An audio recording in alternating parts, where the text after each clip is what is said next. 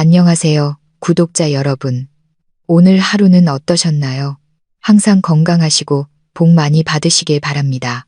구독자 여러분, 오랫동안 기다려온 소중한 생명을 임신한 바로 그 순간, 가장 사랑했던 사람에게서 다른 여자 때문에 버림받고 이혼당하는 상상을 해본 적 있으신가요? 분명 가슴이 산산조각 나는 기분일 겁니다. 그렇죠? 이것은 바로 비극적이지만 위대한 도전을 이겨낸 한 여성, 민지의 이야기입니다. 임신한 몸으로 멸시받고 버려졌지만 그녀는 누구도 함부로 대할 수 없는 품격 있는 여성으로 다시 태어나겠다고 맹세했습니다. 감정의 소용돌이 속으로 여러분을 안내할 이 이야기에 빠져들기 전에 저희 채널에 대한 여러분의 지지를 보여주세요. 지금 바로 좋아요 버튼을 눌러주시고 아직 안 하셨다면 구독과 알림 설정도 잊지 마세요. 그래야 앞으로의 흥미진진한 이야기를 놓치지 않으실 겁니다. 그리고 서로 인사도 나눠볼까요? 아래 댓글창에 여러분의 이름과 사시는 도시, 그리고 왔어요라고 적어주세요. 어떤 멋진 구독자분들이 이 이야기를 함께할 준비가 되셨는지 궁금하네요. 준비되셨나요? 심호흡 한번 하시고 손수건도 준비하세요. 이제 이야기 속으로 들어가 보겠습니다. 그날 밤 비가 세차게 내리고 있었습니다. 마치 하늘도 민지에게 닥칠 운명을 보고 함께 눈물 흘리는 듯했습니다. 넓지만 차갑게만 느껴지는 방 안, 민지는 침대 끝에 앉아 떨리는 손을 내려다보았습니다. 그녀의 손에는 작고 하얀 물건이 들려 있었습니다. 선명하고 뚜렷한 두 개의 파란 줄. 눈물과 기도로 보낸 3년의 기다림 끝에 마침내 하늘이 그녀의 소원을 들어주셨습니다. 그녀는 임신이었습니다. 창백한 그녀의 입가에 미소가 번졌습니다. 그녀는 남편 성훈의 얼굴을 떠올렸습니다. 이 소식을 들으면 분명 환하게 밝아질 그의 얼굴을. 요즘 들어 밤늦게 들어오고 차갑게만 굴던 성훈도 예전처럼 다시 다정해질 것이라 믿었습니다. 그때 집 마당으로 차가 들어서는 소리가 들렸습니다. 민지의 심장이 세차게 뛰기 시작했습니다. 그녀는 임신 테스트기를 입고 있던 홈웨어 주머니 속에 급히 숨겼습니다. 멋진 서프라이즈를 해주고 싶었기 때문입니다. 민지는 작은 발걸음으로 거실로 향하며 거울에 비친 자신의 머리칼을 슬쩍 정돈하고는 활짝 웃는 얼굴로 현관문을 열었습니다. 하지만 민지의 미소는 문 앞에 서 있는 사람들을 보고 서서히 굳어갔습니다. 성우는 혼자가 아니었습니다. 그의 어머니, 즉 시어머니인 최 여사와 함께였습니다. 두 사람의 얼굴은 잔뜩 흐려 있었고 그 어디에서도 따뜻함이라고는 찾아볼 수 없었습니다. 성우는 심지어 인사를 하려내미는 민지의 손을 쳐다보지도 않았습니다. 그는 아내의 손을 거칠게 뿌리치고는 곧장 거실 소파로 향했습니다. 최 여사는 민지를 머리끝부터 발끝까지 훑어보며 경멸의 눈빛을 보냈습니다. 오셨어요, 어머님. 따뜻한 차라도 한 잔 내어드릴까요? 민지는 불안감을 애써 감추며 부드러운 목소리로 물었습니다. 쓸데없는 소리 집어치워 성훈이 날카롭게 말을 잘랐습니다. 그는 민지 앞 유리 테이블 위로 갈색 서류 봉투 하나를 던졌습니다. 봉투가 테이블에 부딪히는 소리가 고요한 거실에 울려 퍼졌습니다. 집어, 읽고 지금 당장 도장 찍어. 민지는 어리둥절한 표정으로 그 봉투를 바라보았습니다. 봉투를 집어드는 그녀의 손이 떨렸습니다. 봉투 안에 내용물을 꺼내 본 순간 그녀의 눈이 휘둥그레졌습니다. 그것은 이혼 서류였습니다. 민지의 숨이 되는 듯 했습니다. 온 세상이 무너져 내리는 것 같았습니다. 성훈 씨, 이게 무슨 뜻이에요? 왜 갑자기 저랑 이혼하겠다는 거예요? 눈물이 차오르기 시작한 민지가 물었습니다. 성훈은 거칠게 코웃음을 쳤습니다. 그는 소파에 거만하게 등을 기댔습니다. 갑자기라니, 민지 씨, 정신 차려. 우리가 결혼한 지 3년이야. 그런데 당신은 나한테 애 하나 낳아주지 못했잖아. 이 집은 무덤처럼 조용하다고. 난 대를 이을 자식이 필요한데 당신은 아내로서 실패했어. 그래, 맞아. 최 여사가 날카로운 목소리로 거들었습니다. 내가 처음부터 말했잖니, 성훈아. 이 여자는 불운을 몰고 오는 여자라고. 내 돈은 이 쓸모없는 여자 먹여 살리는 데나 다 들어갔지. 얼굴만 예쁘면 뭐하니? 자궁이 말라비틀어졌는데 그 모진 말에 민지의 심장은 산산조각이 났습니다. 오른손이 홈웨어 주머니를 꽉 쥐었습니다. 주머니 속에 딱딱한 물건, 임신 테스트기가 느껴졌습니다. 그녀는 그들이 틀렸다고, 자신은 불임이 아니라고 소리치고 싶었습니다. 하지만 성훈 씨, 어머님, 제 말 좀 들어보세요. 저 드릴 말씀이. 민지가 울음을 참으며 힘겹게 말을 꺼내려 했습니다. 됐어. 성훈이 소리쳤습니다. 내 변명 따위 듣고 싶지 않아. 내 결심은 확고해.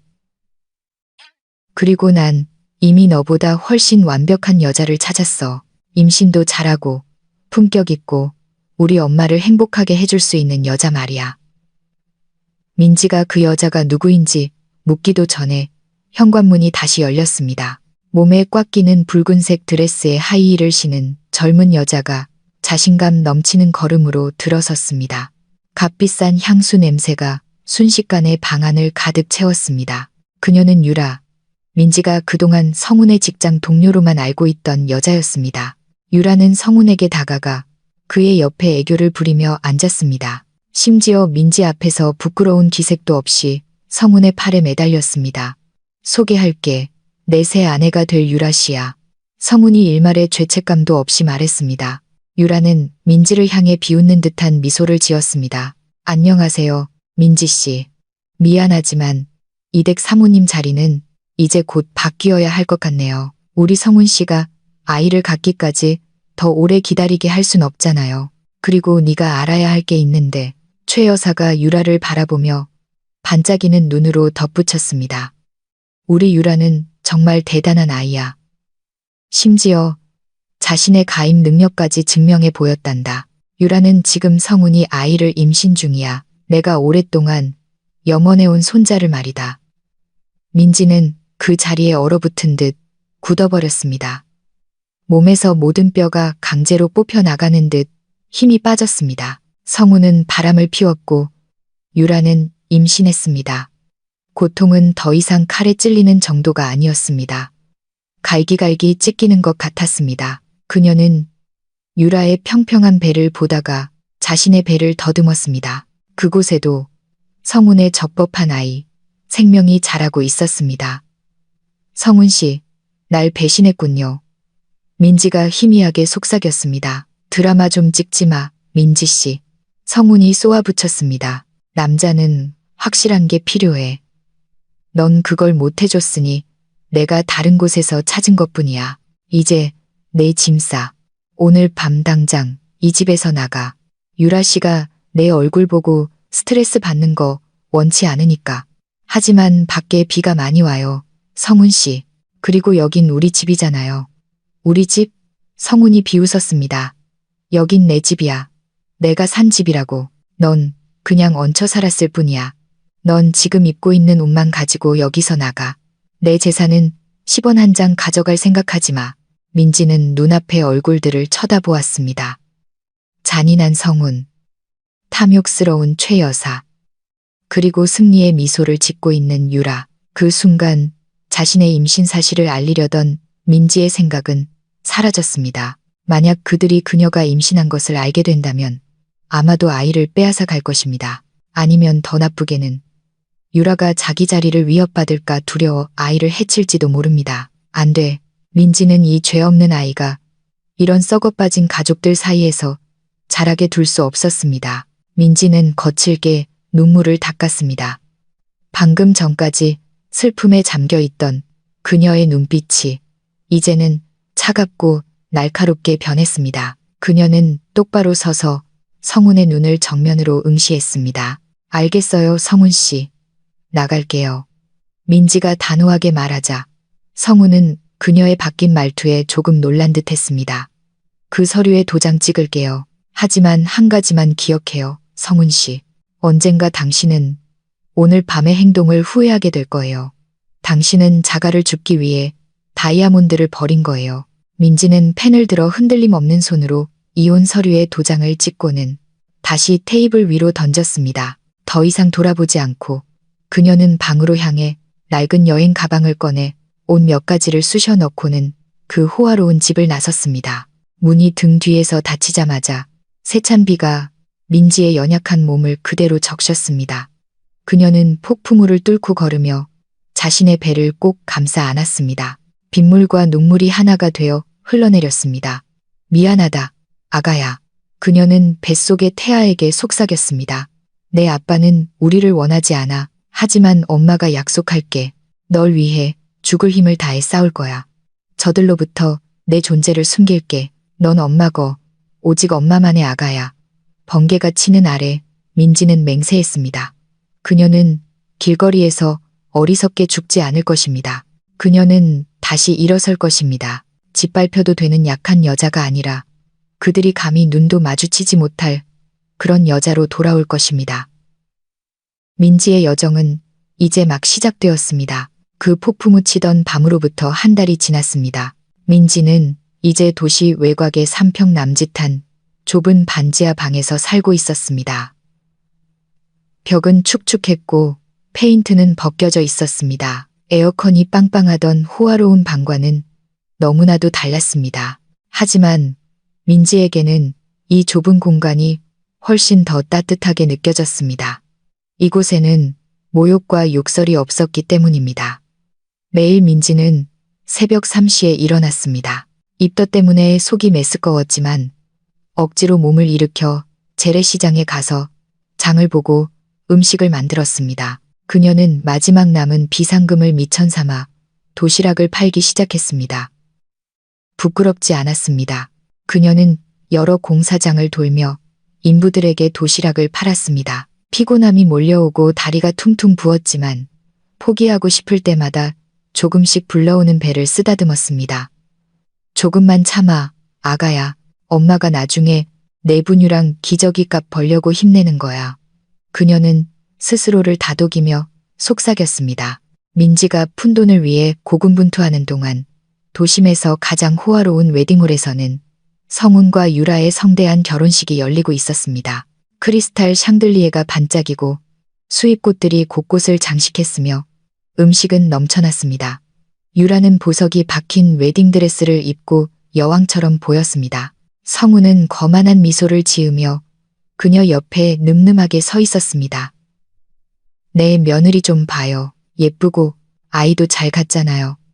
최 여사가 사교계 친구들에게 마치 골동품을 자랑하듯 유라를 뽐냈습니다. 곧 우리 집안의 대를 이을 아들이 태어날 거예요.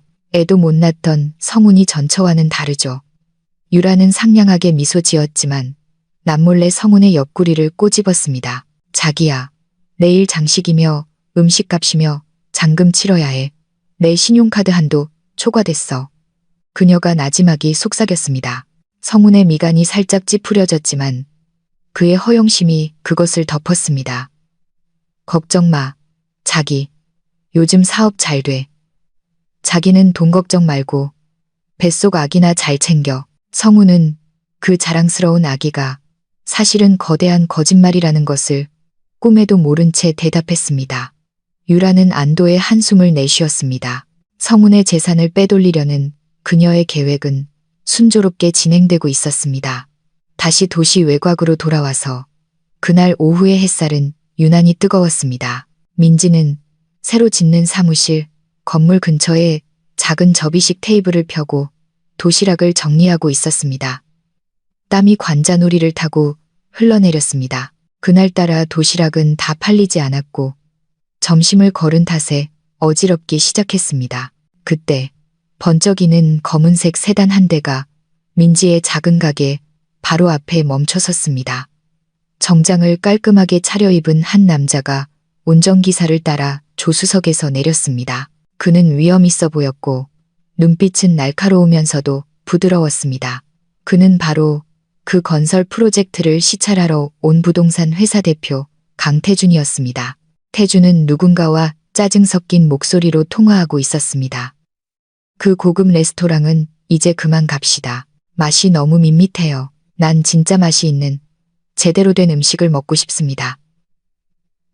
태준은 전화를 끊고는 민지의 테이블 위에 쌓인 도시락 더미로 시선을 돌렸습니다. 제육볶음과 된장찌개의 구수한 냄새가 그의 코를 자극했습니다. 태준은 망설임 없이 민지의 테이블로 다가갔습니다. 아주머니, 도시락 아직 남았나요? 하나 먹고 가겠습니다. 태준이 다정하게 말했습니다. 그는 낡고 삐걱거리는 플라스틱 의자에 앉으면서도 전혀 어색해하지 않았습니다. 멍하니 있던 민지는 깜짝 놀랐습니다. 그녀는 서둘러 땀을 닦고 태준에게 재빨리 도시락을 건넸습니다. 네, 대표님, 아직 있습니다. 앉으세요. 자리가 좀 누추해서 죄송합니다. 태준은 도시락 뚜껑을 열고 큰 숟가락으로 밥을 한 입 떠먹었습니다. 순간 그의 눈이 동그래졌습니다. 짭짤하고 맵고 달콤한 맛이 혀끝에서 완벽하게 어우러졌습니다. 이 음식은 돌아가신 어머니의 손맛을 떠올리게 했습니다. 소박하지만 정성이 가득 담긴 맛. 태준은 자신도 모르게 음식을 정신없이 비웠습니다. 굉장하군요. 태준이 생수 한 병을 마시며 칭찬했습니다. 이거 누가 요리한 겁니까? 맛이 정말 일품이네요. 민지는 엷은 미소를 지었습니다. 오랜만에 짓는 진심 어린 미소였습니다. 제가 직접 만들었습니다. 대표님, 돌아가신 저희 어머니께 물려받은 레시피입니다. 태준은 민지를 유심히 바라보았습니다. 그는 눈앞의 여인이 단순한 도시락 장수가 아니라는 것을 느꼈습니다. 옷차림은 수수하고 얼굴은 피곤해 보였지만 숨길 수 없는 강인함과 우아함이 배어나왔습니다. 날카로운 사업적 직감을 가진 태준은 큰 잠재력을 보았습니다. 성함이 어떻게 되시죠? 태준이 물었습니다. 민지입니다, 대표님.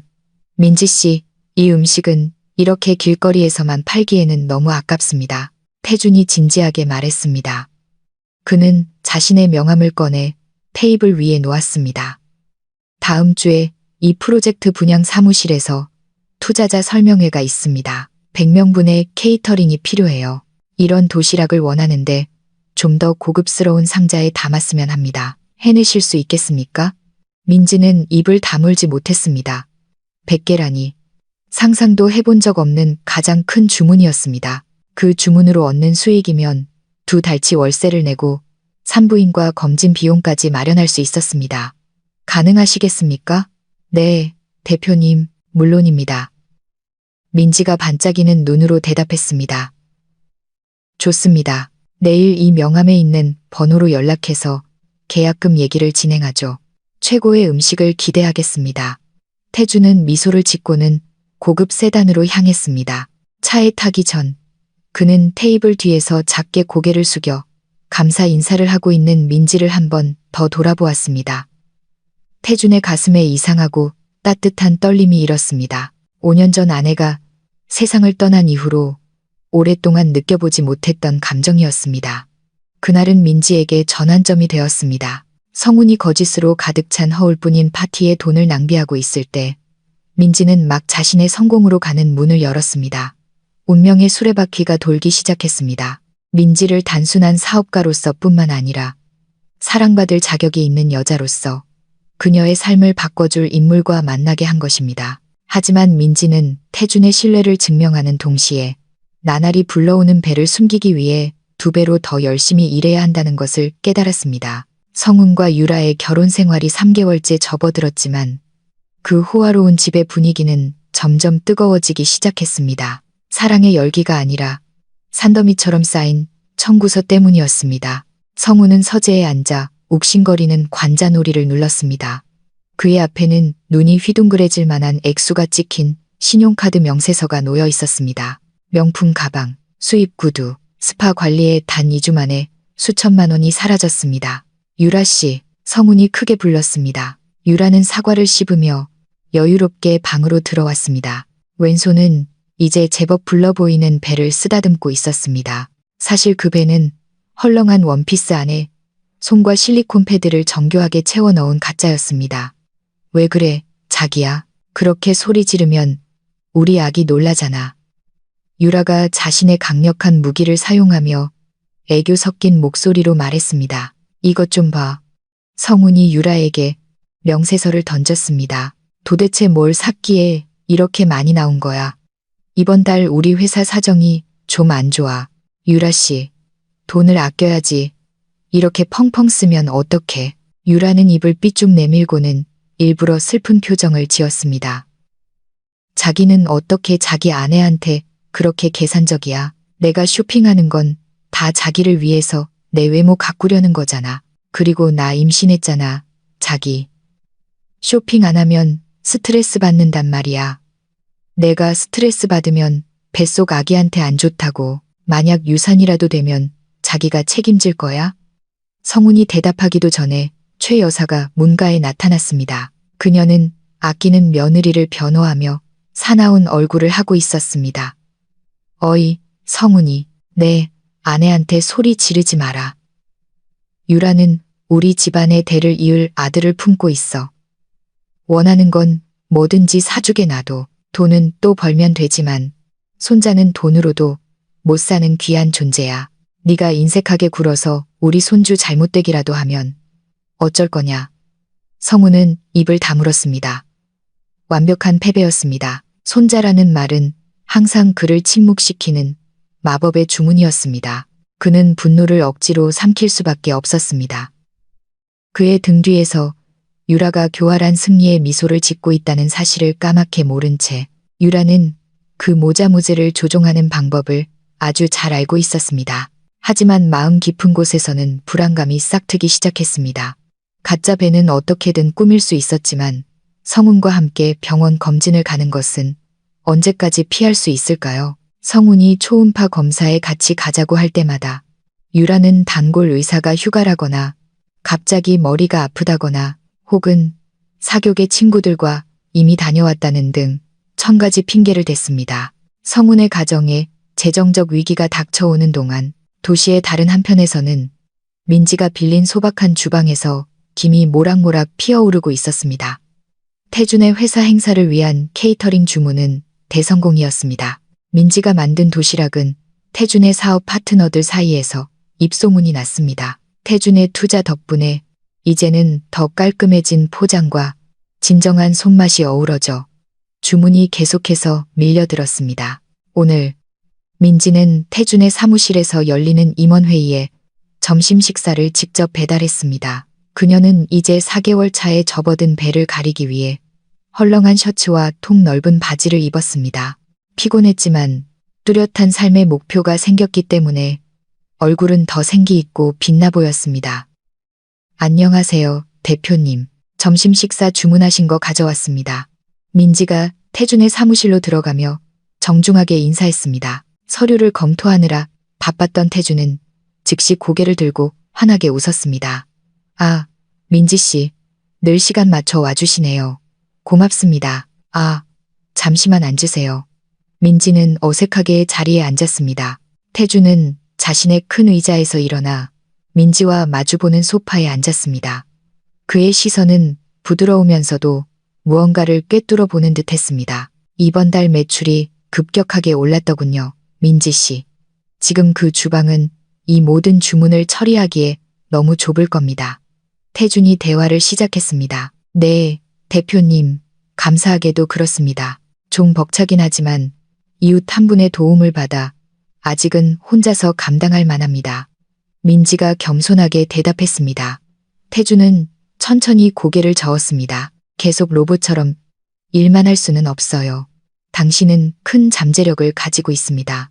제가 도심 상권 근처에 좋은 상가 건물을 하나 가지고 있습니다. 예전에 식당이었던 곳이라 주방 시설도 이미 레스토랑 수준으로 갖춰져 있죠. 제가 협력을 제안하고 싶습니다. 그곳을 사용하세요. 거기서 당신의 케이터링 사업을 더 큰 규모로 운영해 보세요.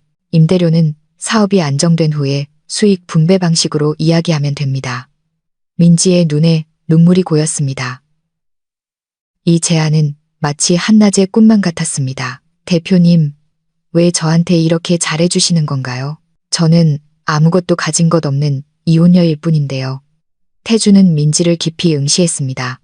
그의 눈에는 깊은 진심이 담겨 있었습니다. 다른 사람에게서는 볼 수 없는 강인함을 당신의 눈에서 봤기 때문입니다.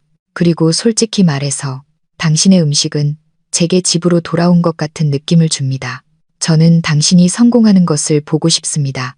민지 씨, 동정심 때문이 아니라 당신은 그럴 자격이 있기 때문입니다. 민지는 말이 없었습니다.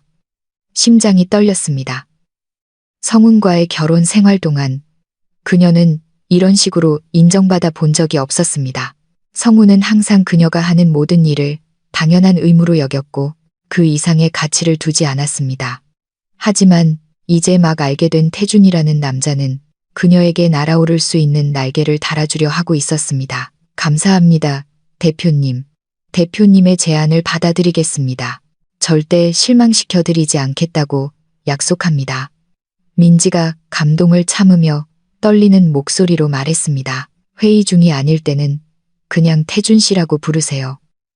태준이 따뜻하게 미소 지었습니다. 그리고 한 가지 더. 민지 씨, 건강 잘 챙기세요. 안색이 좀 창백해 보여요. 무거운 짐 드는 일은 무리하지 마시고요. 민지는 살짝 놀랐습니다. 태준이 자신의 임신 사실을 알고 있는 걸까요? 그녀는 서둘러 가방으로 배를 가렸습니다. 네, 괜찮습니다. 대표님, 그냥 잠이 좀 부족해서요.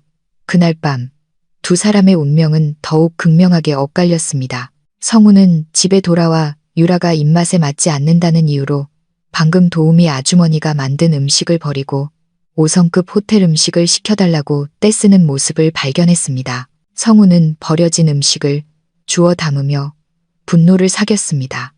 한편 자신의 반지하 방에서 민지는 밤기도를 드리며 감사함에 눈물을 흘리고 있었습니다. 그녀는 뱃속에서 작게 움직이는 태아를 쓰다듬었습니다. 아가야, 오늘 우리에게 큰 복이 왔단다. 태준 아저씨가 우리에게 정말 잘해주셔. 나중에 너도 그분처럼 훌륭하고 마음씨 좋은 사람이 되어야 한다. 민지가 속삭였습니다. 민지는 몰랐지만 운명은 거대한 계획을 짜고 있었습니다. 점점 위태로워지는 유라의 거짓말과 달콤한 결실을 맺기 시작한 민지의 정직함은 머지않아 충돌하게 될 것입니다. 시간은 모든 것을 뒤흔들 폭로의 그날을 향해 그들을 점점 더 가까이 이끌고 있었습니다. 그 쫓겨난 밤으로부터 6개월이 지났고 운명의 수레바퀴는 그 누구의 상상보다 빠르게 돌아갔습니다. 민지는 더 이상 좁은 반지하 방주방에 갇혀있던 초라한 여인이 아니었습니다. 이제 그녀는 손님들로 붐비는 2층짜리 식당 앞에 당당히 서 있었습니다. 민지네 집밥이라고 쓰인 커다란 간판이 건물 정면에 위풍당당하게 걸려 있었습니다. 태준의 지도 아래 민지는 강인한 여성 사업가로 변신했습니다. 그녀의 외모는 완전히 달라졌습니다. 더 이상 낡은 홈웨어나 기름진 얼굴은 찾아볼 수 없었습니다. 그날 민지는 몸에 아름답게 떨어지는 파스텔 톤의 실크 소재 롱 원피스를 입고 있었습니다. 이제 7개월 차에 접어든 그녀의 푸른 배를 자연스럽게 가려주었습니다. 얼굴에는 옅고 자연스러운 화장을 하여 우아하고 품격 있는 예비 엄마의 아우라를 뿜어내고 있었습니다. 그날 오후 흰색 고급 세단 한 대가 식당 로비 바로 앞에 멈춰섰습니다. 제복을 입은 운전기사가 재빨리 내려 조수석 문을 열어주었습니다. 태준이 먼저 내린 후 부드럽게 손을 내밀어 민지가 내리는 것을 도왔습니다. 그 광경은 많은 사람들의 시선을 끌었고 그 중에는 길 건너편에서 교통체증에 갇혀있던 새 차를 안에 꾀죄죄해 보이는 세단을 탄 한 남자도 포함되어 있었습니다. 그 남자는 바로 성훈이었습니다. 성훈은 눈을 가늘게 떴습니다. 먼지 낀 차창 너머로 시선을 집중했습니다. 그 고급차에서 내리는 여인을 본 순간 그의 심장이 칸는 듯 했습니다. 그 모습은 너무나 익숙했지만 풍기는 분위기는 완전히 낯설었습니다. 태준이 무언가를 속삭이자 여인은 청아하게 웃었습니다. 성훈이 수년 동안 들어본 적 없는 자유로운 웃음이었습니다. 말도 안 돼. 성훈은 운전대를 쥔 손에 힘을 주어 손마디가 하얗게 될 때까지 꽉 쥐었습니다. 저건 민지가 아니야. 민지는 촌스럽고 볼품없는 여자라고. 저 여자는 무슨 사모님 같잖아. 성훈은 자신의 눈을 부정하려 애썼습니다. 그는 자신의 전처가 어딘가에서 고생하고 있을 거라고 스스로를 타일렀습니다. 어쩌면 세탁소에서 일하거나 식당 아줌마가 되었을지도 모른다고 자신이 쓰레기처럼 버린 여자가 지금의 자신보다 훨씬 더 멋지고 부유해 보이는 남자와 나란히 서서 자기 자산의 3배는 좋게 될 법한 차를 타고 있다는 것은 불가능한 일이었습니다. 하지만 궁금증이 그의 가슴을 태웠습니다.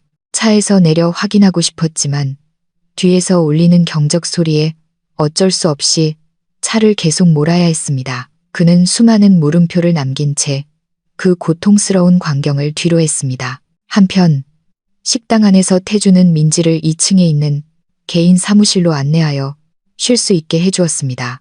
태주는 민지의 책상 위에 따뜻한 임산부용 우유 한 잔을 놓아주었습니다. 이것부터 마셔요. 사장님, 내일 있을 결혼식 케이터링 준비 때문에 너무 무리하지 말고요. 지켜야 할 작은 생명이 있다는 거 잊지 마세요.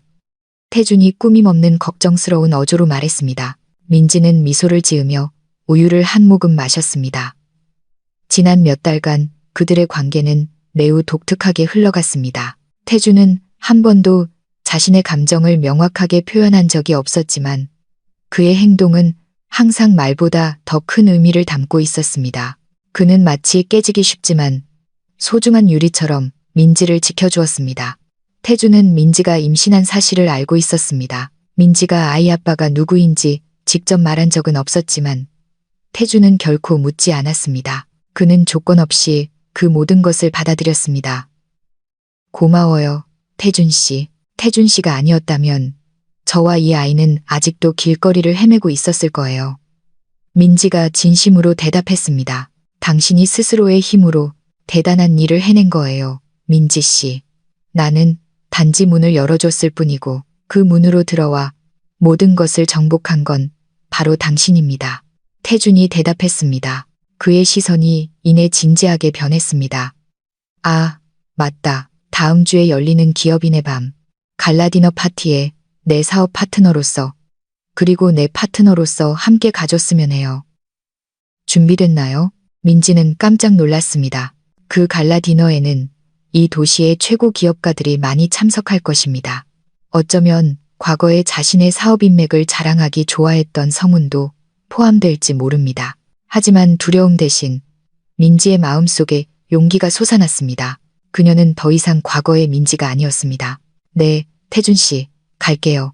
민지의 성공과는 정반대로 성운의 집안 분위기는 점점 더 어두워졌습니다.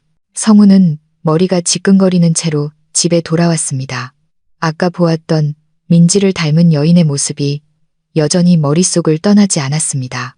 방에 들어서면 따뜻한 환영을 받을 것이라 기대했지만 그가 마주한 것은 전화기에 대고 소리를 지르며 주문한 드레스가 맞지 않는다며 단골 부티크를 탓하는 유라의 모습이었습니다. 멍청한 재단사 같으니라고. 내 배는 지금 귀한 몸이라고. 사이즈를 딱 맞게 만들었어야지. 유라는 성운이 들어오는 것을 보고는 침대 위로 휴대폰을 던졌습니다. 성운은 지친 눈으로 유라를 바라보았습니다. 유라의 배는 분명 커졌지만 어딘가 이상했습니다. 모양이 어떨 때는 너무 위로 솟아있고 어떨 때는 살짝 비뚤어져 있었습니다. 그리고 성운이 배를 만져보거나 아기의 심장 소리를 들어보려고 할 때마다 유라는 예민하다거나 간지럽다는 핑계로 항상 손을 뿌리쳤습니다. 자기야, 또 멍 때려? 유라가 성운의 상념을 깨뜨리며 소리쳤습니다. 추가 생활비는 어딨어? 어머님이 내일 사모님들 개모임에 가신대. 친구들한테 안 꿀리려면 새 가방 사야 한다고 500만 원 더 필요하시다는데. 또 500만 원? 성운의 목소리가 높아졌습니다. 유라 씨, 이번 달 회사 매출이 급감했어. 고객들도 많이 떨어져 나갔다고. 당신이랑 어머니는 돈 달라는 말밖에 할 줄 몰라. 내 사정은 언제쯤 이해해 줄 건데. 유라는 눈을 부릅뜨고는 악어의 눈물을 흘리기 시작했습니다. 어머, 이제 나랑 당신 아들한테까지 계산적으로 구는 거야? 너무하네. 정말 내가 스트레스 받아서 유산이라도 했으면 좋겠어. 이 애는 당신이 그토록 원하던 아들이라고. 아들. 유산과 아들이라는 단어를 듣자 성운의 분노는 바늘에 찔린 풍선처럼 금세 사그라들었습니다. 그는 긴 한숨을 내쉬고는 거칠게 지갑을 뒤져 체크카드 몇 장을 침대 위로 던졌습니다. 가져가. 우리가 파산할 때까지 다 써버려. 성우는 욕실 문을 쾅 닫고 들어갔고 남겨진 유라는 그 카드들을 주워 모으며 교활한 미소를 지었습니다. 차가운 샤워기 물줄기 아래에서 성우는 눈을 감았습니다. 아까 고급 세단에서 내리던 우아한 여인의 모습이 다시 떠올랐습니다. 만약 그게 정말 민지라면 자신은 얼마나 어리석었던가. 예전에 민지는 단 한 푼의 용돈도 요구한 적이 없었다. 민지는 심지어 성훈이 회의에 입고 갈 좋은 정장을 살 수 있도록 자신은 소금에 밥을 먹기도 했다. 이제 성훈은 유라라는 아름다운 얼굴을 한 거머리와 살고 있다. 한편 민지는 만약 그게 정말 그녀라면 성훈이 감히 닿을 수 없는 세상의 정상으로 향하는 사다리를 오르고 있는 것이다.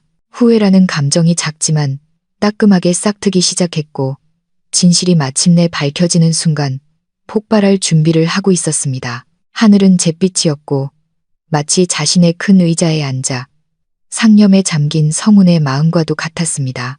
한때 그의 성공의 상징이었던 사무실은 이제 감옥처럼 느껴졌습니다.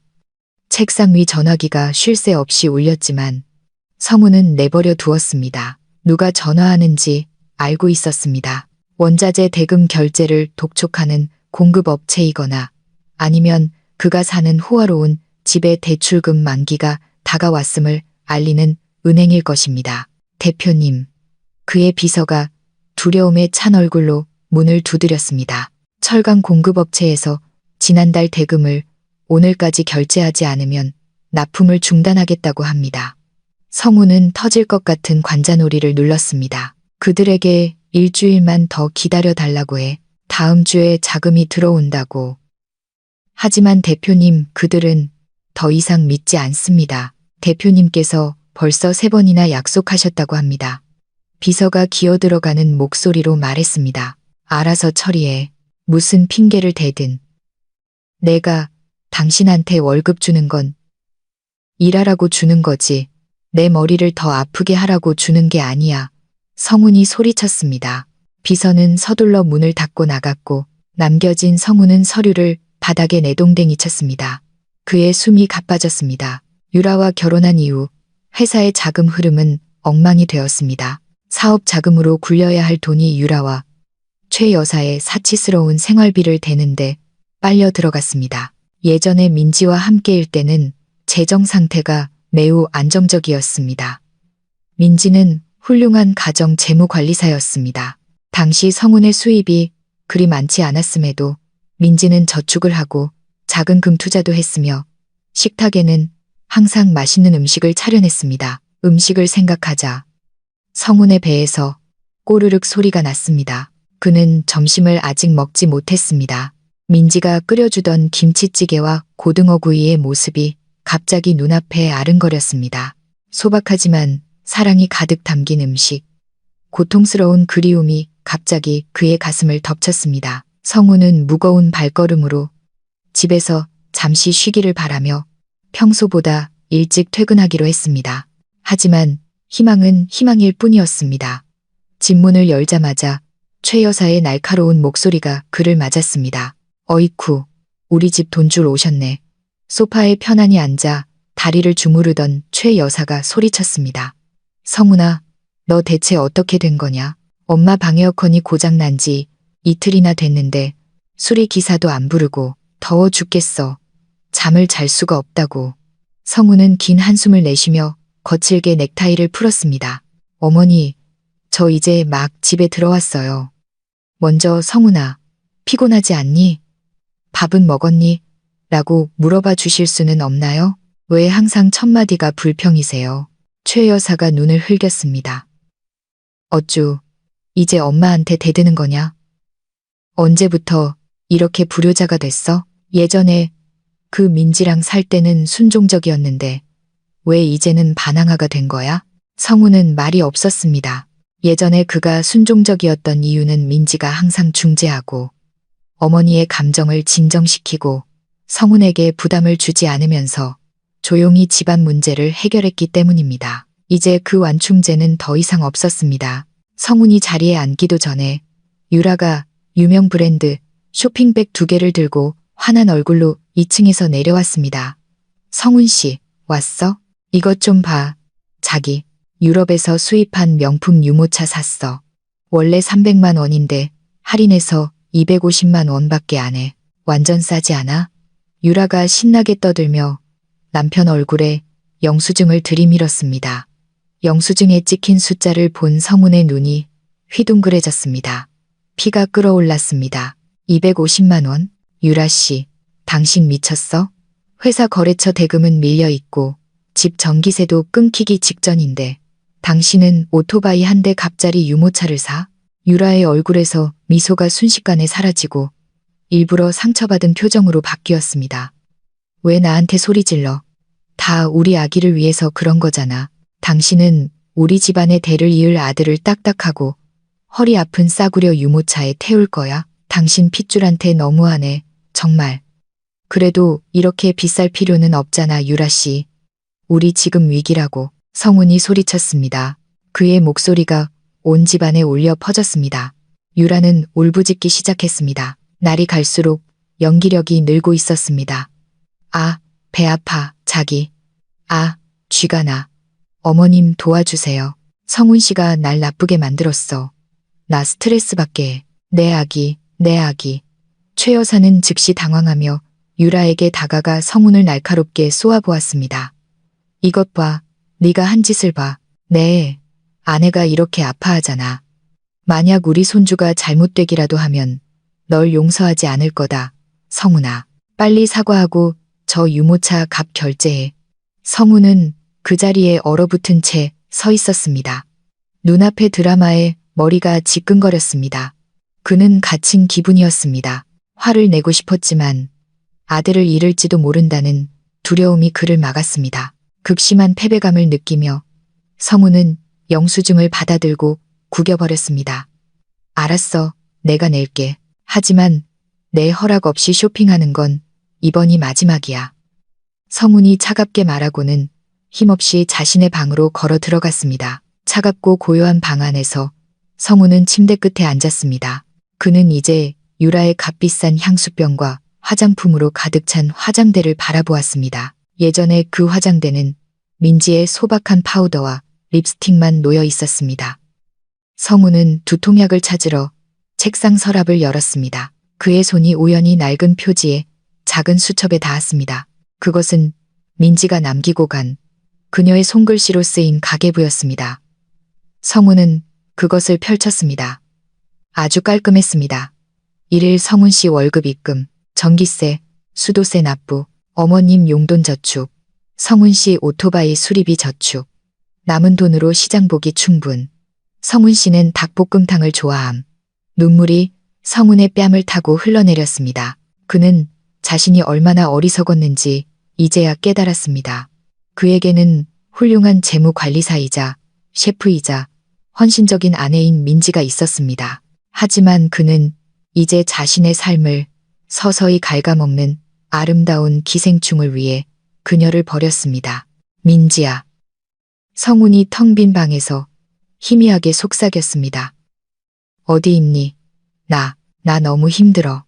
하지만 그 후에는 현실을 바꾸지 못했습니다.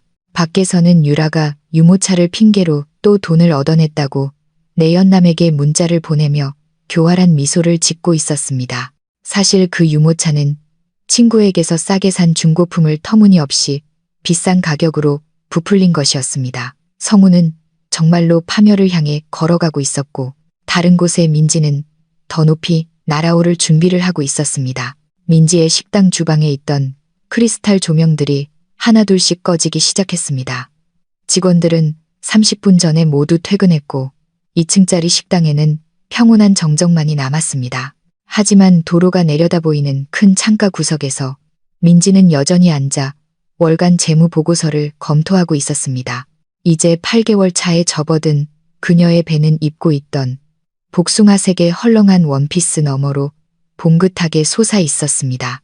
가끔 그녀는 어머니의 일을 함께 거두는 듯 힘차게 발길질하는 태아의 움직임에 나지막이 신음하며 미소 지었습니다. 아직 안 갔어요, 사장님. 부드러운 중저음의 목소리에 민지가 고개를 돌렸습니다. 태준이 소매를 걷어붙인 흰 셔츠 차림으로 따뜻한 물 한 잔을 들고 서 있었습니다. 그는 방금 옆 건물 3층에서 고객과의 회의를 마쳤지만 매일 밤 그랬듯 잠시 들른 것이었습니다. 곧 가려고요, 태준 씨. 거의 다 했어요. 조금만 더 하면 돼요. 민지가 미소 지으며 물잔을 받으며 대답했습니다. 태준은 민지 앞에 의자를 당겨 앉아 그녀를 가만히 바라보았습니다. 민지의 얼굴에는 피곤한 기색이 역력했지만 그녀의 눈은 언제나 태준을 감탄하게 하는 강인한 빛으로 반짝이고 있었습니다. 태준은 마치 중요한 말을 하기 위해 용기를 모으는 듯 천천히 한숨을 내쉬었습니다. 민지 씨, 태준이 낮지만 단호하게 불렀습니다. 민지는 펜을 내려놓았습니다. 네, 태준 씨. 태준은 바로 대답하지 않았습니다. 그는 바지 주머니에서 짙은 파란색의 작은 벨벳 상자를 꺼냈습니다. 그는 그것을 테이블 위, 민지가 컵을 쥔 손 바로 옆에 놓았습니다. 민지의 심장이 순간 보르는 듯 했습니다. 태준 씨, 이게 저는 시인처럼 달콤한 말을 잘하는 사람은 아닙니다. 민지 씨, 태준이 시작했습니다. 그의 목소리는 약간 떨렸지만 그의 시선은 민지의 눈동자를 단단히 붙잡고 있었습니다. 나는 당신이 길거리에서 한 끼 밥을 위해 고군분투하던 가장 힘든 시절의 모습을 봤습니다. 나는 당신이 불평 없이 열심히 일어서서 지금처럼 멋진 여성이 되는 것을 지켜봤습니다. 하지만 내 마음을 가장 사로잡은 것은 당신의 성공이 아니라 예비 엄마로서 당신이 보여준 진실함과 강인함이었습니다. 태준은 잠시 말을 멈추고는 천천히 손을 뻗어 민지의 손등을 감쌌습니다. 당신의 과거가 고통스러웠다는 걸 압니다. 다시 시작하는 것에 대한 두려움이 있을 거라는 것도 압니다. 하지만 제가 그 상처를 지워주게 해주세요. 당신이 지칠 때 기댈 수 있는 곳이 되게 해주세요. 그리고 가장 중요한 것은 당신이 품고 있는 그 아이의 아버지가 되게 해주세요. 민지의 눈에서 눈물이 하염없이 흘러내렸습니다. 태준 씨, 저는 이혼녀예요. 다른 사람의 아이를 임신하고 있고요. 당신 가족들은 뭐라고 하겠어요? 세상 사람들은요. 당신은 존경받는 분이에요. 태준 씨, 저보다 훨씬 완벽한 여자를 만날 수 있어요. 태준은 단호하게 고개를 저었습니다. 나에게는 당신이 완벽합니다. 그 아이는 죄가 없어요. 그는 신의 선물입니다. 생물학적 아버지가 누구인지는 내게 중요하지 않습니다. 중요한 것은 누가 그 아이를 사랑으로 키울 것인가 하는 점입니다. 제가 그 사람이 되고 싶습니다. 민지 씨, 나와 결혼해 주시겠습니까? 민지의 울음이 터져 나왔습니다. 슬픔의 눈물이 아니라 가슴을 후련하게 하는 감격의 눈물이었습니다. 그동안 그녀는 혼자 싸우며 누구도 자신을 더 이상 상처 입히지 못하도록 높은 벽을 쌓았습니다. 하지만 오늘 밤 태준은 그 벽을 엄청난 진심으로 허물어뜨렸습니다. 떨리는 손으로 민지는 천천히 고개를 끄덕였습니다. 네, 태준 씨, 그럴게요. 일주일 후 태준의 아늑한 개인주택 거실에서 소박하지만 성스러운 결혼식이 열렸습니다. 요란한 파티도 수천 명의 하객도 소셜미디어에 과시하는 화려함도 없었습니다. 태준은 아내의 마음의 평화를 위해 민지의 사생활을 지켜주겠다는 약속을 지켰습니다. 그 자리에는 주례, 태준 측의 증인 몇 명, 그리고 민지의 학창 시절부터의 절친한 친구인 유리와 태준의 신뢰하는 변호사인 박 변호사만이 증인으로 참석했습니다. 민지는 임산부를 위해 변형된 소박한 흰색 드레스를 입고 매우 아름다워 보였습니다. 그녀의 얼굴은 압박감 속에서 치렀던 성훈과의 결혼식 때보다 훨씬 더 환하게 빛났습니다. 신랑 강태준은 신부 민지를 아내로 맞아 주례의 선언과 함께 두 사람은 정식으로 부부가 되었습니다. 그 선언은 민지의 새로운 삶의 시작을 알렸습니다. 그녀는 더 이상 버림받은 이혼녀가 아니었습니다. 그녀는 이제 존경받는 부동산 재벌의 아내 강 사모님이 되었습니다. 하지만 그보다 더 중요한 것은 그녀는 온전하게 사랑받는 여성이 되었다는 것이었습니다. 그날 밤 따뜻한 신혼방에서 태준은 민지 옆에 앉았습니다. 태준의 다부진 손이 민지의 부른 배를 부드럽게 쓰다듬었습니다. 신기하게도 평소 활발하게 발길질하던 뱃속의 아기는 이제 마치 새로운 아빠의 손길에서 편안함을 느끼는 듯 조용해졌습니다. 안녕 아가야. 태준이 민지의 배에 대고 속삭였습니다. 아빠란다. 미안해. 아빠가 이제야 왔네. 아빠가 약속할게. 너와 내 엄마를 지켜줄게. 다시는 누구도 너희를 아프게 하지 못할 거야. 뱃속에서 건강하게 자라렴. 민지는 눈물이 그렁그렁한 채로 남편을 바라보았습니다. 그녀는 태준의 어깨에 머리를 기댔습니다. 고마워요. 태준 씨. 우리를 받아줘서 정말 고마워요. 고맙다는 말은 하지 말아요, 여보. 오히려 외로웠던 내 삶을 채워준 당신들에게 내가 더 고맙죠. 태준이 민지의 이마에 사랑을 가득 담아 입을 맞추며 대답했습니다. 민지와 태준이 행복에 젖어 있는 동안 도시의 다른 한편에서는 성훈이 불 꺼진 몇 개의 전구를 갈지 않아 어두컴컴한 집 테라스에 앉아 있었습니다. 그는 휴대폰 화면을 보며 미처 지우지 못했던 갤러리의 옛 사진들을 보고 있었습니다. 음식 접시를 들고 미소 짓고 있는 민지의 사진. 왜 이렇게 가슴이 답답하지? 성훈이 가슴을 움켜쥐며 중얼거렸습니다. 집 안에서는 유라가 차를 잘못 우려냈다며 도우미 아주머니를 꾸짖는 소리가 들렸습니다. 그 소리는 너무나 날카롭고 귀에 거슬렸으며 예전에 항상 성훈을 맞이해주던 부드러움과는 극명한 대조를 이루었습니다. 그는 자신도 모르게 진정한 집을 그리워하기 시작했습니다. 그가 자신의 손으로 파괴해버린 그 집을. 하지만 그는 몰랐습니다. 그가 그리워하는 그 여인은 이제 그녀를 여왕처럼 귀하게 대할 줄 아는 다른 남자의 품에 안겨 있다는 것을. 시간은 무심하게 흘러갔습니다. 유라가 쌓아올린 9개월간의 거짓말은 이제 벼랑 끝에 몰렸습니다. 그녀가 매일 착용하던 실리콘 가짜배는 이제 덥고 고통스럽게 느껴지기 시작했습니다. 무게 때문이 아니라 자신의 연극이 탈로 날 것이라는 두려움의 무게 때문이었습니다. 성우는 아들의 얼굴을 보고 싶어 안달이 났고 최 여사는 이미 자신의 낡은 보석을 팔아 마련한 돈으로 호화로운 아기방을 꾸미느라 분주했습니다. 그날 아침 유라는 거울 앞에 앉아 다음 시나리오를 고민하느라 잠을 설쳐 창백해진 자신의 얼굴을 바라보고 있었습니다. 그녀는 더 이상 피할 수 없다는 것을 알았습니다. 오늘 당장 출산하는 척 연기하고 예비 계획을 실행해야 했습니다. 간호사를 매수해 입양할 아기를 찾거나 출산 중에 아기가 사망했다는 드라마를 만드는 것. 어느 쪽이든 위험 부담이 컸지만 유라에게는 선택의 여지가 없었습니다. 아파.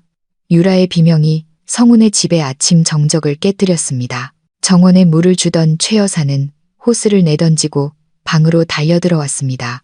유라야, 무슨 일이니? 왜 그래? 배가. 어머님, 너무 아파요. 아기가 나오려나 봐요. 유라가 설득력 있는 연기로 가짜 배를 움켜쥐며 신음했습니다. 이번에는 당황해서 흘러나온 진짜 식은땀이 그녀의 관자놀이를 적셨습니다. 막 출근하려던 성우는 당황한 얼굴로 서둘러 2층으로 올라갔습니다. 유라 씨, 출산하려는 거야? 네, 자기야. 빨리 병원에 데려다 줘. 너무 아파. 자기, 못 참겠어. 그래, 빨리. 성훈아, 멍하니 서 있지 말고 우리 손주가 태어나려고 하잖아. 최 여사가 유라를 부축하며 히스테릭하게 소리쳤습니다. 성훈은 떨리는 손으로 차키를 집었습니다. 가까운 시립병원으로 가자. 거기에 아직 내 건강보험 적용될 거야. 시립병원과 건강보험이라는 말을 듣자 유라는 비명을 지르는 틈틈이 눈을 부릅떴습니다. 뭐라고? 자기 미쳤어. 당신 후계자를 그 북적거리는 시립병원에서 낳으라고? 안 돼. 난 그랜드 메디카 병원으로 갈 거야. VVIP 서비스 받을 거라고. 하지만 유라 씨, 비용이. 성훈이 반박하려 했습니다. 그의 재정은 바닥난 상태였습니다. 신용카드는 모두 한도를 초과했습니다. 자기, 돈이 중요해. 아니면 당신 아들 목숨이 중요해? 유라가 날카로운 목소리로 위협했습니다. 서비스가 나빠서 무슨 일이라도 생기면 나 당신 용서 안 할 거야. 최 여사가 즉시 성훈의 어깨를 쳤습니다. 내 아내 말대로 해. 돈은 나중에 내가 아버지 유산으로 남은 땅 문서라도 담보 잡으면 돼. 중요한 건 우리 손주가 제대로 된 곳에서 안전하게 태어나는 거야. 성훈은 좌절감에 신음했습니다. 또다시 그는 졌습니다. 분한 마음과 비명을 지르는 지갑을 안고 그는 낡은 세단을 몰아 도시의 교통체증을 뚫고 그 도시에서 가장 고급스럽고 비싼 병원인 그랜드 메디카 병원으로 향했습니다. 한편 미니멀리즘 스타일의 아늑한 집에서는 전혀 다른 상황이 벌어지고 있었습니다. 민지는 뒷마당 정원에서 꽃에 물을 주고 있었습니다. 그때 갑자기 허리에서부터 아랫배까지 퍼지는 극심한 진통을 느꼈습니다. 따뜻한 액체가 그녀의 원피스를 적시며 흘러내렸습니다. 이번에는 가진통이 아니었습니다. 태준 씨, 민지가 불렀습니다. 그녀의 목소리는 차분했지만 고통을 참고 있었습니다. 테라스에서 커피를 마시며 신문을 읽던 태준은 즉시 컵을 내려놓았습니다. 그는 신음하는 아내의 얼굴과 민지의 발치에 고인 물을 보았습니다. 태준은 말없이 즉시 행동에 나섰습니다. 그는 당황하거나 소리치지 않고 능숙하게 민지의 어깨를 감쌌습니다. 숨을 쉬어요. 여보, 괜찮아. 내가 여기 있잖아. 태준이 부드럽게 말했습니다. 그는 즉시 민지를 이끌고 오늘을 대비해 미리 특수 시트를 깔아둔 고급 세단으로 향했습니다. 한 달 전부터 준비해둔 아기 용품이 담긴 가방은 운전기사가 바로 트렁크에 실었습니다. 가는 길에 태준은 민지의 손을 꼭 잡았습니다. 때때로 그 손등을 쓸어주며 안정시키는 기도를 속삭였습니다. 너무 아파요, 태준 씨. 진통이 점점 더 심해지자 민지가 신음했습니다. 힘내요, 우리 여왕님. 우리 아기가 곧 세상을 보려고 하네. 엄마처럼 강한 아이일 거야. 태준이 위로했습니다. 왼손으로는 운전대를 잡고 오른손으로는 차량 내 전화 연결을 통해 병원 측에 연락했습니다. 여보세요. 강태준입니다. 제 아내가 지금 가고 있습니다. 자궁문이 거의 다 열린 것 같습니다. 최고의 산부인과 팀과 위층 VVIP실을 준비해 주십시오. 단 하나의 실수도 없어야 합니다. 태준의 목소리는 위엄과 권위가 넘쳤습니다. 그들의 소중한 아기의 탄생을 맞이할 모든 것이 준비되도록 했습니다. 운명은 마치 장난을 치는 듯 했습니다. 에어컨이 꺼졌다 켜졌다 하는 성훈의 낡은 세단과 부드럽게 나아가는 태준의 고급 세단은 이제 같은 좌표 그랜드 메디카 병원을 향하고 있었습니다. 그곳은 그동안 굳게 닫혀있던 진실이 분만실 조명 아래 곧 드러날 장소였습니다. 성훈이 먼저 도착했습니다. 그는 응급실 로비 앞에 차를 아무렇게나 주차하여 경비원에게 지적을 받았습니다. 땀으로 얼룩진 헝클어진 얼굴로 그는 계속해서 히스테릭하게 소리 지르는 유라를 내렸습니다. 아직 자궁문이 얼마나 열렸는지 검사도 받지 않은 사람치고는 좀 과장된 행동이었습니다. 간호사들이 서둘러 휠체어를 가져왔습니다. 의사 불러요. 전문의 불러. 우리 며느리가 후계자를 낳으려고 한다고요. 최 여사가 요란하게 소리쳐 다른 방문객들이 불쾌한 시선으로 쳐다보게 만들었습니다. 유라가 응급실 복도로 밀려 들어가는 바로 그 순간 다른 문이지만 내부 복도로는 연결된 본관 로비에 흰색 고급 세단 한 대가 우아하게 멈춰섰습니다. 태준이 내리자 이미 대기하고 있던 여러 명의 간호사와 의사들이 사모님의 도착을 맞이했습니다. 민지는 조심스럽게 내려졌고 그녀의 얼굴은 고통을 참고 있었지만 여전히 우아해 보였습니다. 두 일행은 이제 같은 엘리베이터를 향해 움직이고 있었습니다. 거짓말이 탄로 날까 두려워 시끄럽고 허둥대는 성훈의 일행과 차분하지만 실제적인 의학적 긴급함이 가득한 태준의 일행. 엘리베이터 문이 열리고 운명은 위로 올라가는 그 하나의 쇠상자 안에서 그들을 마주치게 했습니다. 위로 올라가는 쇠상자 안의 분위기는 순식간에 차갑고 무겁게 변했습니다. 엘리베이터, 엔진 소리와 거친 숨소리만이 들릴 뿐이었습니다. 성훈은 엘리베이터 구석에 얼어붙은 채 서 있었습니다. 그의 눈은 눈앞에 휠체어에 앉은 여성의 모습을 보고 거의 튀어나올 것 같았습니다. 그녀는 6개월 전 폭풍우 속에서 그가 쫓아냈던 전처 민지였습니다. 하지만 눈앞의 이 여성은 완전히 달라 보였습니다. 민지는 비싸 보이는 실크 소재의 인부복을 입고 있었습니다. 그녀의 얼굴은 고통을 참고 있었음에도 성훈이 전에 본 적 없는 우아한 아우라를 뿜어내고 있었습니다. 그리고 성훈의 심장을 태게 만든 것은 너무나도 크고 현실적인 민지의 부른 배였습니다. 민지. 성훈의 목소리는 목구멍에 걸려 마치 유령을 본 사람의 속삭임처럼 들렸습니다. 낡은 잡지로 유라를 부채질하느라 바빴던 최 여사는 즉시 고개를 돌렸습니다. 그녀의 눈은 혐오와 충격이 뒤섞여 휘둥그레졌습니다. 세상에 저 애 못 낳는 애가 여기에. 그리고 저 배는 최 여사가 떨리는 손가락으로 민지의 배를 가리켰습니다. 너 임신했어? 옷 속의 가짜 배방석이 휠체어의 흔들림 때문에 삐뚤어지지 않도록 필사적으로 자세를 유지하던 유라도 비꼬는 듯한 시선을 보냈습니다. 유라의 비밀이 탈로 날 것이라는 두려움은 자신보다 훨씬 더 빛나 보이는 민지의 모습에 대한 질투심에 잠시 가려졌습니다. 어디서 굴러먹던 애겠지. 유라는 잠시 아픈 연기를 잊고 비아냥거렸습니다. 이혼하자마자 배가 저렇게 부른 걸 보니 딴 놈이랑 먼저 사고 쳤구먼. 그러니까 우리 성훈 씨한테 이혼당했지. 그 선동적인 말에 성훈의 피가 끓어올랐습니다. 그의 무너진 남성적 자존심이 즉시 자극받았습니다. 민지 옆에 서 있는 늠름한 남자는 안중에도 없이 성훈은 전처의 휠체어로 다가갔습니다. 그의 얼굴은 이유 없는 분노로 붉게 달아올랐습니다.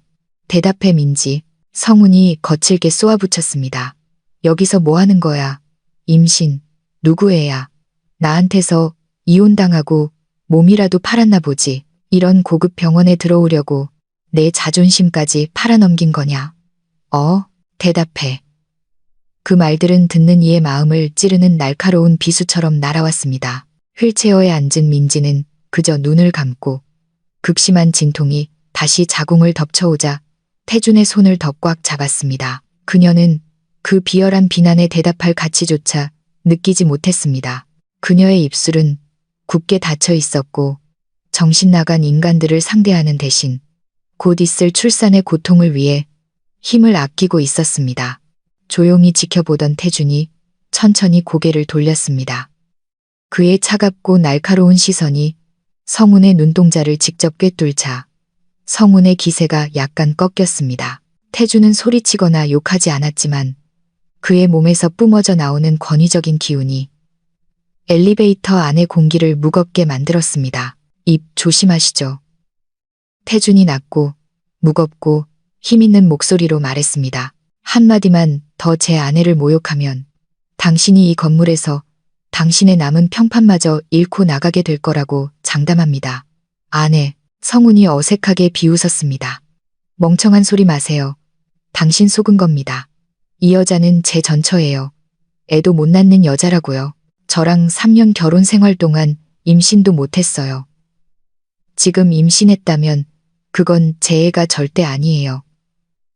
아비가 누군지도 모르는 잡종이겠지. 당신도 저 여자한테 속은 게 틀림없어.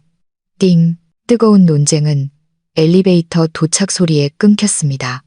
금속문이 5층 VVIP 에메랄드 전용층에서 열렸습니다. 엘리베이터 밖의 광경은 즉시 성훈과 최 여사의 입을 다물게 했습니다. 반짝이는 대리석 바닥의 복도에는 병원장과 전문의 팀이 모두 정중하게 줄을 서서 기다리고 있었습니다. 어서 오십시오, 민지 사모님. 병원장이 매우 정중하게, 심지어 살짝 허리를 숙이며 인사했습니다. VVIP 분만실은 최신 장비로 모두 준비해 두었습니다. 마취과와 소아과 의사도 모두 대기 중입니다. 저희가 돕겠습니다. 깔끔한 유니폼을 입은 수간호사들이 즉시 부드러운 동작으로 민지의 휠체어를 넘겨받았습니다. 마치 매우 중요한 왕족을 대하듯 태준은 성훈을 한번 힐끗 쳐다보았습니다. 그 시선에는 동정과 혐오가 섞여 있었습니다. 그리고는 더 이상 돌아보지 않고 아내를 따라 걸었습니다. 태준의 늠름한 등과 민지의 우아한 모습은 VVIP, 살균 구역이라고 쓰인 불투명한 유리 이중문 너머로 서서히 사라졌습니다. 한편 유라의 휠체어를 밀던 응급실 간호사는 당황하고 어색해 보였습니다.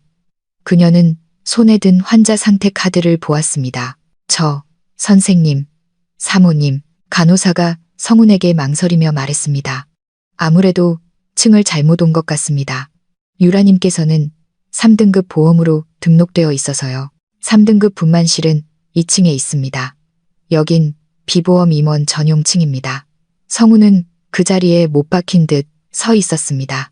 다리에 힘이 풀렸습니다. 간호사의 말은 그의 뺨을 연달아 후려치는 따귀와도 같았습니다. 민지는 병원장의 환대를 받으며 VVIP층으로 가는데 자신과 자신의 후계자는 재정 한도가 다했다는 이유로 일반 병동으로 안내받고 있었습니다. 3등급. 유라가 히스테릭하게 소리쳤습니다. 이번에는 진짜 공포였습니다. 싫어. 거긴 덥단 말이야. 성훈 씨, 어떻게 좀 해봐. 우리가 저 가난한 이혼녀한테 질 수는 없잖아. 나도 여기서 나을래. 나도 아까 그 의사한테 받을 거야. 조용히 해. 성훈이 좌절감에 소리쳤습니다. 머리가 터질 것 같았습니다. 그는 여전히 민지가 사라진 문 쪽을 멍하니 바라보고 있었습니다. 궁금증, 질투, 그리고 후회가 뒤섞여 그의 가슴 속에서 독처럼 퍼지기 시작했습니다.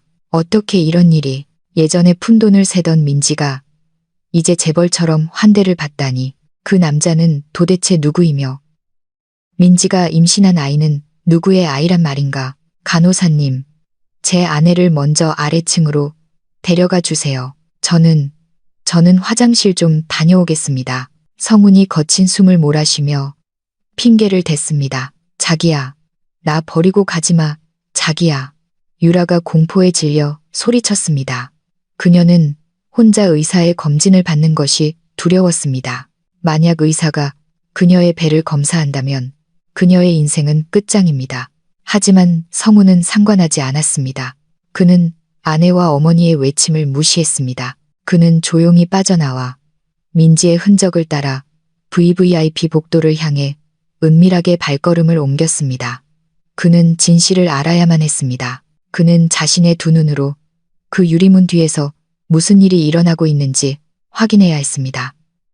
성훈은 몰랐습니다. 그의 그 발걸음이 그를 진정한 정신적 파멸로 이끌게 될 것이라는 사실을.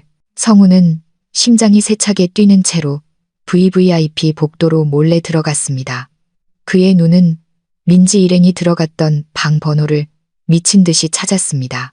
복도 끝 1호실 프레지던트 스위트룸의 문이 간호사가 방금 약품을 가지러 나오면서 살짝 열려 있었습니다. 시간을 지체할 틈도 없이 성훈은 안으로 뛰어들었습니다. 방 안의 광경은 순식간에 성훈의 길을 꺾었지만 그의 자존심과 질투심은 발걸음을 멈추지 못하게 했습니다. 그 방은 병실이라기보다는 5성급 호텔 스위트룸에 더 가까웠습니다.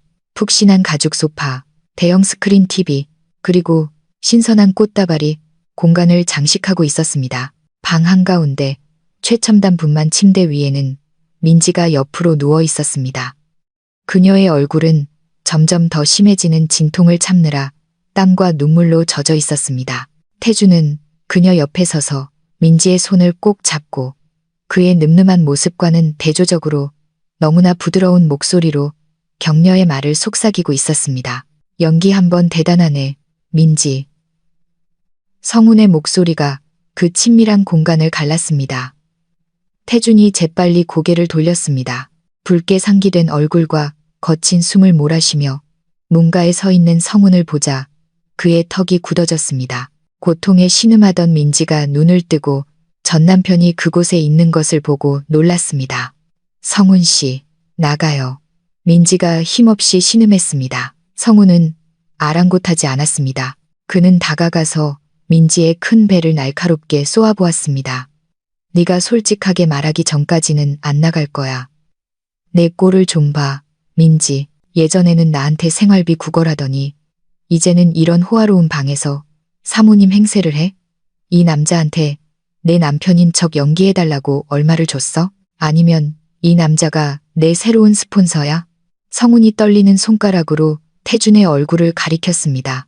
어이, 아저씨, 알아두셔야 할 게 있는데 이 여자는 애 못 낳아요. 3년 동안 결혼했는데도 임신을 못했다고요. 지금 임신했다면 그건 절대 내 애가 아니에요. 당신도 저 여자한테 속은 게 틀림없어. 태준은 민지를 잡고 있던 손을 천천히 놓고 몸을 완전히 돌려 성훈과 마주섰습니다.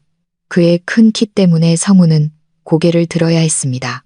예고도 없이 태준의 다부진 손이 여전히 겨눠져 있던 성훈의 손가락을 잡아 살짝 비틀었습니다. 성훈이 고통의 비명을 지르며 무릎을 꿇게 하기에 충분했습니다.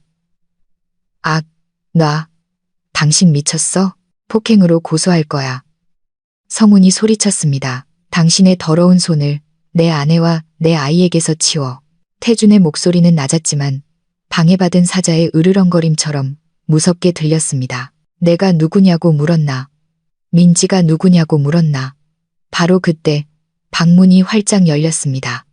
병원장이 건장한 보안요원 4명을 대동하고 들어왔습니다. 주요 환자의 병실에서 소란이 일어난 것을 본 병원장의 얼굴이 창백해졌습니다. 죄송합니다. 죄송합니다. 회장님. 경비가 잠시 소홀했습니다.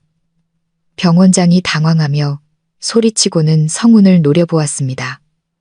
당신, 여기서 뭐 하는 겁니까? 당신은 지금 이 병원의 최대 주주분의 병실에 무단 침입한 겁니다.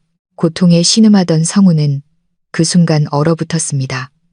손가락의 통증이 사라지는 듯 했습니다. 그의 뇌를 강타하는 충격으로 대체되었습니다.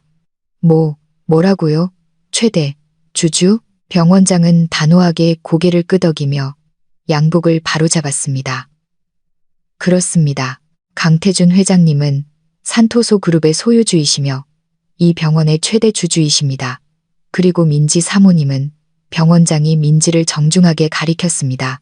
강 회장님의 법적 아내이시자 최근 저희 병원 VVIP 환자식 전체를 공급하는 계약을 따낸 프리미엄 케이터링 회사 민지네 집밥의 대표 이사님이십니다. 성훈의 세상이 순식간에 무너졌습니다. 그의 무릎이 풀린 것은 태준에게 비틀려서가 아니라 방금 그의 뺨을 연달아 후려친 현실 때문이었습니다. 그가 가난하고 무식하다고 모욕했던 전처민지는 이제 존경받는 재벌의 아내이자 성공한 사업가가 되어 있었습니다.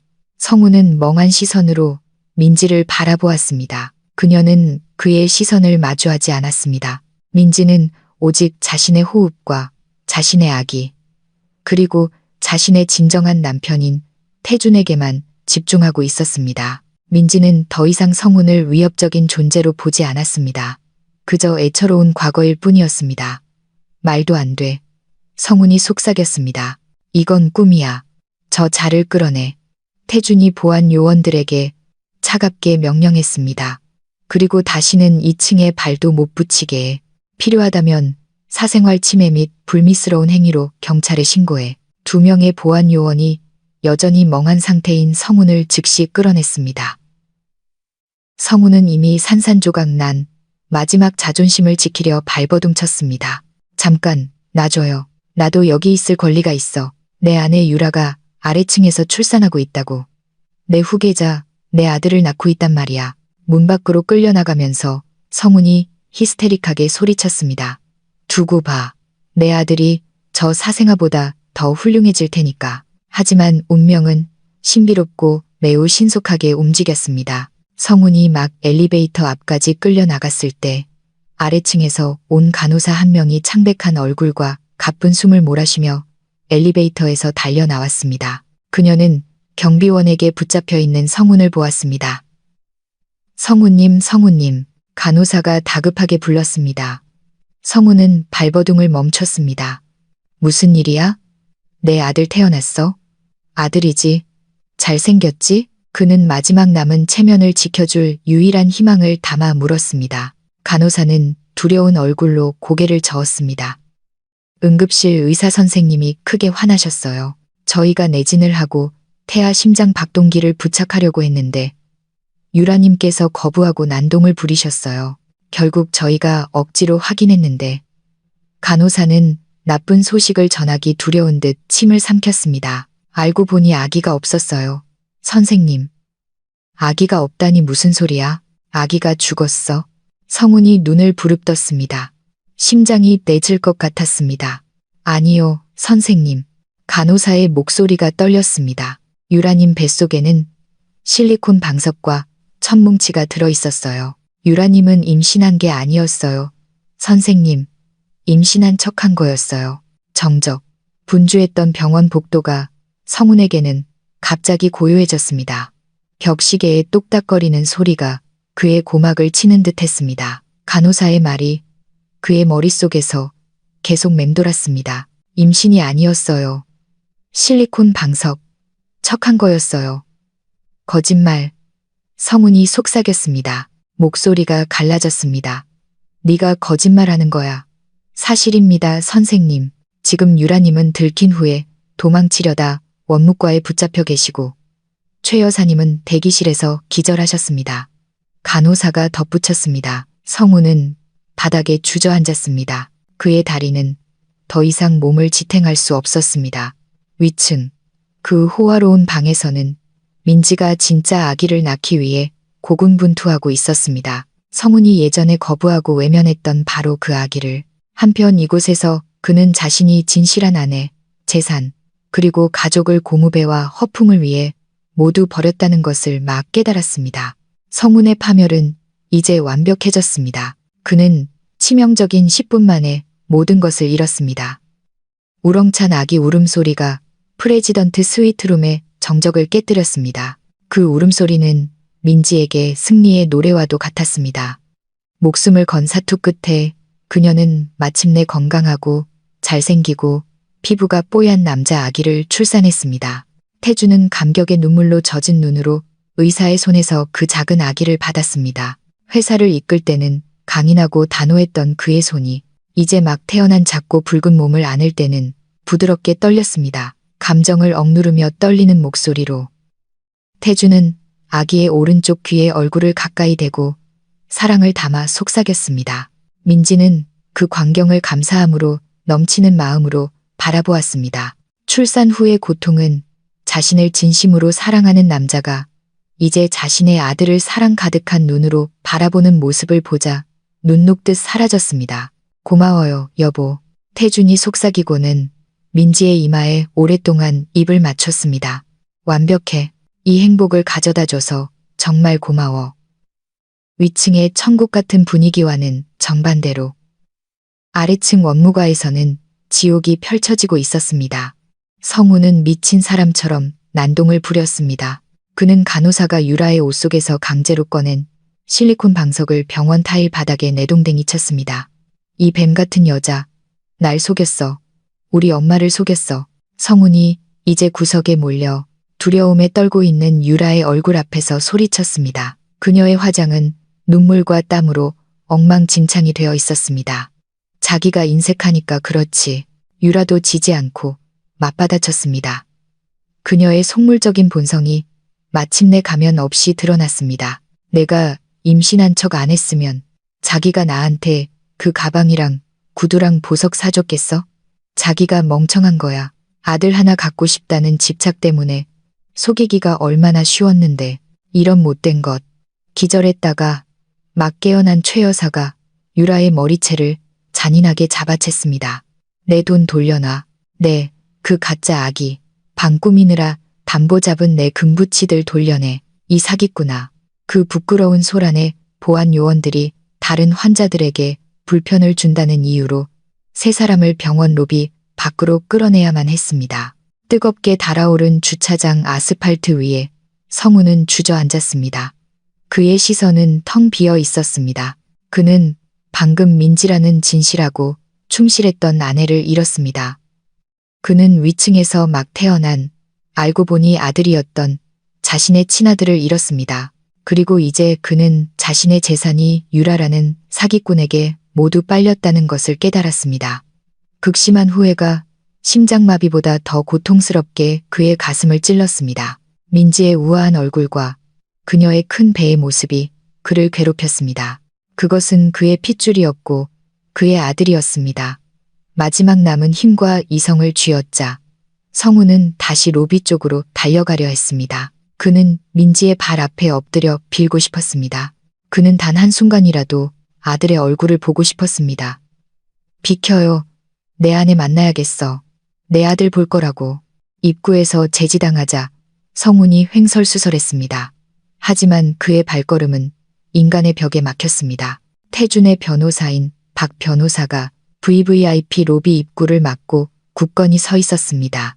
건장한 4명의 보안 요원과 함께 박 변호사는 성훈을 차가운 시선으로 바라보고는 붉은색 서류철을 내밀었습니다. 여기에 서명하시죠, 성훈 씨. 제 의뢰인인 민지 씨와 그 아들에게 반경 100m 이내로 절대 접근하지 않겠다는 각서입니다. 6개월 전 당신이 직접 작성한 이혼 서류 기억하십니까? 거기에는 당신이 민지 씨를 불임이라고 비난했고 그녀에게서 어떤 아이의 양육권도 원하지 않는다고 명시되어 있습니다. 법적으로 당신은 그 아기에게 타인입니다. 하지만 그 애는 내 친아들이야, 내 핏줄이라고 성훈이 희미하게 말했습니다. 눈물이 그의 구겨진 셔츠를 적셨습니다.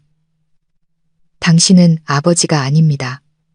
박 변호사가 성훈의 명치를 찌르듯 단호하게 말을 잘랐습니다. 아버지는 강 회장님입니다. 그 아기에게 속삭여준 남자. 당신이 폭풍 우치는 밤에 그녀를 길거리로 내쫓았을 때 그녀를 지켜준 남자. 돌아가세요, 선생님. 남은 인생을 후회하며 사십시오. 그것이 당신에게 가장 합당한 평생의 감옥살이입니다. 성훈은 못 박힌 듯 서 있었습니다. 그는 위를 올려다보며 병원 건물 5층의 큰 유리창을 보았습니다. 멀리서 창가에서 아기를 안고 있는 태준의 실루엣과 그 옆에서 행복하게 미소 짓는 민지의 모습이 보였습니다. 그 완벽한 작은 가족의 모습은 눈에는 너무나 가까웠지만 그가 영원히 다시는 만질 수 없는 곳에 있었습니다. 성훈은 몸을 돌려 죽은 영혼처럼 힘없이 병원을 떠났습니다.